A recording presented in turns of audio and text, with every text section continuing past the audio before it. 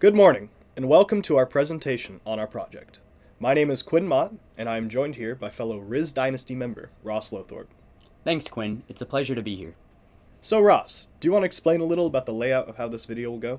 Well, I figured we would go into the scope and summary of our project first, and then go into the various charts and diagrams depicting the project's functions and plans. That sounds good with me. Let's dive right in with the summary and scope first.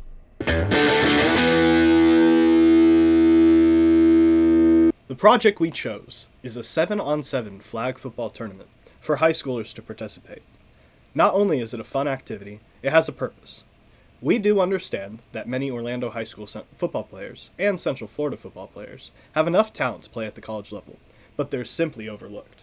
This could be for a variety of reasons. Maybe they need more money to go to camps and clinics. Maybe their high school needs to invest more time or money into their athletic programs. Whatever the reason is, we want to help them get their names out there. Absolutely. The project is intended to allow high schoolers to increase their exposure. It will be on UCF's campus, and it will use UCF's football facilities. This allows those high schoolers to witness firsthand what it might feel like to be a college athlete. We as a team intend to use a mixture of volunteer and paid staff for our project, depending on the position, and we will try to recruit UCF business students to work as volunteers for the project, and we will offer GB points to those students if they work. It'll cost $500 per team per high school, and that includes a swag bag with shirts and other goodies for each participant, as well as meals provided for the high school players and coaches. The tournament is an elimination bracket style game, and we want to strengthen their competitive spirit and their love for football. Not only that, but we want to give each and every one of them the chance to increase their personal exposure to college recruiters and media, which in turn will increase their chances of landing a scholarship. And maybe one day they will be a rising star at UCF. That's the scope of the project. Now let's move on to our work breakdown structure chart.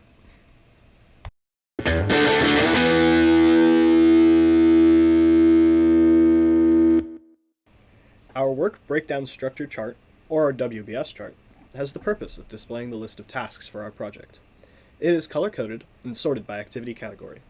The categories are as follows: permissions, scheduling, preparations, ticketing, parking, game day, and event conclusion.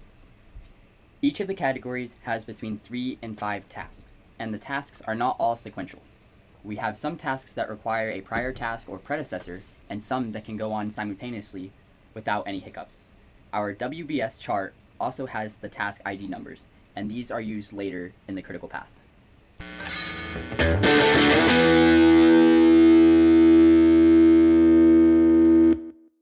Our project network diagram includes a series of activities represented by our nodes and our arrows.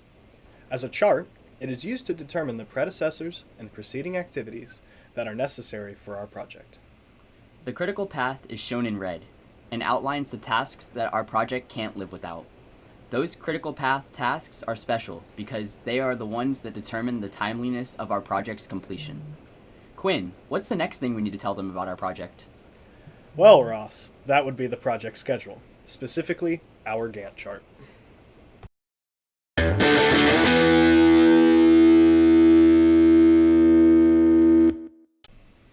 The project schedule is the timely order of how our project needs to proceed. It is in the form of a Gantt chart, which is a diagram that horizontally shows the step-by-step process that our project needs to function correctly. Our Gantt chart starts at task 1.1, which is gaining permission from UCF to use their facilities. All 27 other tasks stem from this task, and a bulk of our tasks are within the week of the event, so it's pretty backloaded. Gantt charts are a necessary tool for organization and project management for project managers. Hey, speaking of project management, I have a joke. Well, let's hear it. How many project managers does it take to change a light bulb? I don't know, Ross. How many project managers does it take to change a light bulb? Trick question, they can't actually do it. Someone else changes the light bulb, and they just record the progress. Right. Alright, well let's move on to our resource chart.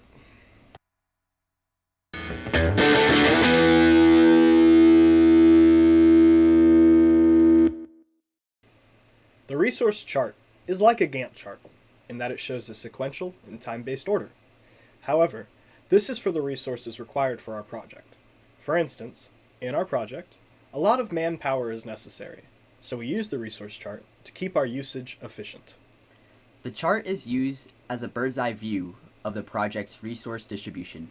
The project managers use it to ensure a timely completion of each task with full utilization of the required resources. Up next to talk about is the project's budget, where we will go a little deeper into the time-phased and cumulative budget charts.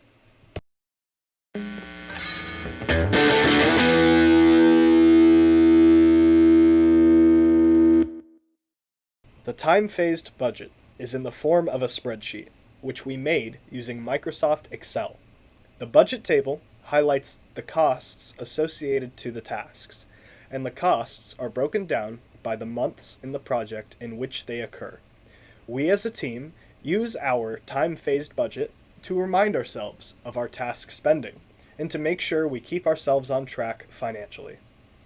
The cumulative budget, on the other hand, is a line graph that shows our overall usage of funds throughout the course of our project. This is a very good visual representation of when we are spending money over time.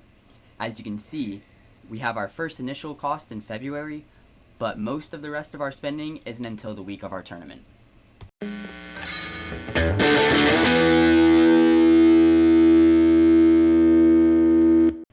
Project management requires a lot of paperwork, and we included examples of these potential forms in our report. Examples of such forms include the request for proposal form, which is used to introduce the project to the sponsor. The request for change form, which is used to alter the scope once the project has already commenced.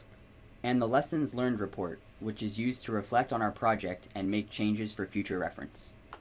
Throughout this presentation, we have gone over a number of various charts and graphs that accurately represent the efficiency at which our project can run. We will be using these to ensure both the success of our tournament and also for us to effectively manage the outcome. The precision at which we plan this project, tedious, is an understatement. Don't you think, Quinn? I 100% agree, Ross. Our project has the potential to not only run smoothly, but also could help out kids in getting a chance at going to college. It is a feel-good project that we all take pleasure in organizing, but we know that failure is not an option. Our planning gives us the confidence that this 7-on-7 tournament would go off without a hitch. How about another joke, Ross? Go for it, Quinn. What do you call a scrum master who jokes around the whole time? Oh, jeez. A stand-up comic. Wow. Hey, wait. Speaking of Scrum Master, didn't our stand-up meeting start like 10 minutes ago for our project? I don't know. What time is it? 3:10. Oh no. I can't believe we're gonna be late. Oh, I can't believe you. I'm leaving. Well, that's all for today, folks. Thank you for watching. If you have any questions for the video, don't put your hands up, because it's a video. Roll the credits! This video is made possible by The Glazer Children's Museum. Play with purpose.